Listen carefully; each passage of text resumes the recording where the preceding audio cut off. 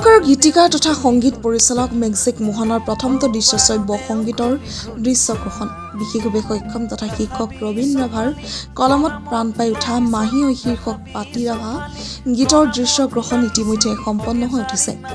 নালাপাৰা কন্দলাৰ উপৰিও বহু হিট গানৰ আঁৰত থাকি জনপ্ৰিয়তা অৰ্জন কৰা মেজিক মোহনৰ এয়া প্ৰথমটো তেওঁৰ কণ্ঠৰ গান।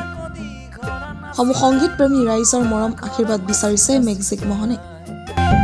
জারি ঘরা নাচি নাচি যা হানা ঘরা নাচিছে দিমা খুজিছে মাহী ঐ হানা নাচিছে জারি ঘরা নাচিছে দিমা খুজিছে মাহী ঐ হানা নাচিছে হানা ঘরা নাচিছে দিমা খুজিছে মাহী ঐ হানা নাচিছে জারি ঘরা নাচিছে দিমা খুজিছে মাহী ঐ হানা নাচিছে।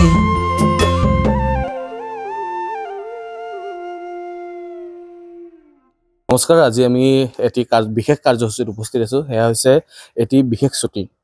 এইটো এইকাৰণে বিশেষ যে আপোনালোকে মেজিক মোহনক হয়তো সংগীত পৰিচালক হিচাপে আপোনালোকে জানে, নালাপাৰা কন্দলাই হওক বা অন্যান্য বিখ্যাত পাতি ৰাভা গানৰ সংগীত পৰিচালক হিচাপে জানে আপোনালোকে বা সংগীত ব্যৱস্থাপক হিচাপে জানে। কিন্তু আজি তেখেতৰ প্ৰথমটো জীৱনত তেখেতৰ কণ্ঠৰ এটি গীত তেওঁ শ্বুটিং কৰাৰ দিশে আগবাঢ়িছে। আমি সবিশেষ তেওঁৰ বিষয়ে জানিবলৈ যত্ন কৰিম। তেওঁৰ এই সংগীতৰ যাত্ৰাক লৈ আমি জনাৰ কাৰণে চেষ্টা কৰিম। ছুটিকৈ কি ক'ব, আজি আপোনাৰ প্ৰথমটো জীৱনৰ সংগীত আপোনালোকে শ্বুটিং কৰিবলৈ ওলাইছে, কি ক'ব সেই বিষয়ত?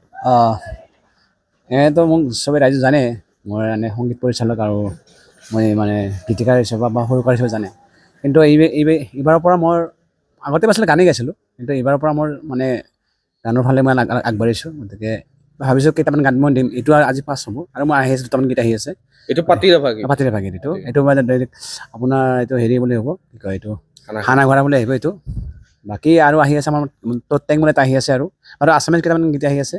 গতিকে আপোনালোকে সহযোগ কৰিব, যেনেকৈ মোক আপোনাৰ সংগীত পৰিচালক যেনেকৈ মৰম দিছে, আশীৰ্বাদ দিছে। গতিকে মোক বাকী এই ক্ষেত্ৰতো আপোনালোকে মৰম আশীৰ্বাদ দিব বুলি মই আশা কৰিছোঁ। হয়, এয়া আমাৰ ইতিমধ্যে তেওঁলোকে শ্বুটিং আৰম্ভ কৰিছে আৰু সমগ্ৰ দৃশ্য আমি আমাৰ কেমেৰা সতীৰ্থক দেখুৱাই যোৱাৰ কাৰণে অনুৰোধ জনাইছোঁ আৰু সমগ্ৰ শ্বুটিঙৰ দৃশ্যতে আপোনালোক দেখুৱাই যাম।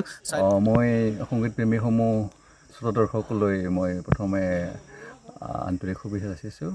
হয়, আজি মোৰ কথা আৰু সুৰেৰে এটি পাতি ৰাভাৰ এটা বিপৰীত ধৰ্মী গীত মই ৰাইজৰ মাজলৈ উলিয়াই দিব বিচাৰিছোঁ। এইকাৰণে বিপৰীত ধৰ্মী কৈছোঁ, আমাৰ ৰাভা জনগোষ্ঠীৰ দেৱ দেৱী আৰু উপদেৱতা এইবিলাকৰ ওপৰত বেছ কৰি পেলাই মই এই গানটো লিখিছোঁ।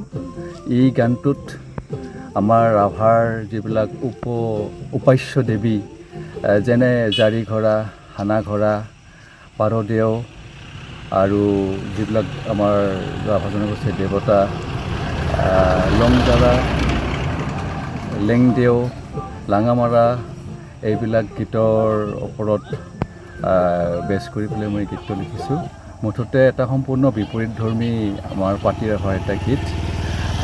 মই যিমান পাৰোঁ প্ৰয়াস কৰিছোঁ আমাৰ ৰাভা জনগোষ্ঠীৰ দেৱ দেৱীয়ে কৃষ্টি সংস্কৃতিৰ ওপৰত আধাৰ কৰি পেলাই এই গীতটো লিখিবলৈ। আশা কৰোঁ সংগীতপ্ৰেমী ৰাইজে এই গীতটি আদৰি ল'ব, শুনিব। আৰু এই গীতটি কণ্ঠ নিগৰাইছে সংগীত ব্যৱস্থাপক, শিল্পী, সুৰকাৰ, গীতিকাৰ মেজিক মোহন ডাঙৰীয়াই। তেখেতে সুন্দৰেই গাইছে। গতিকে সদৌ সংগীতপ্ৰেমী ৰাইজলৈ, অসমবাসীলৈ মোৰ এটাই অনুৰোধ থাকিব, যাতে এই গীতটি সকলোৱে এবাৰ চকু ফুৰাই এবাৰ শুনে। সেয়েহে মই সমূহ শ্ৰোতা দৰ্শক ৰাইজক আগন্তুক ইংৰাজী নৱবৰ্ষৰ শুভেচ্ছা জ্ঞাপন কৰিছোঁ। সমূহ ৰাইজক গানটো চাব, ভাল হৈছে। জাৰি ঘৰা নাচি নাচি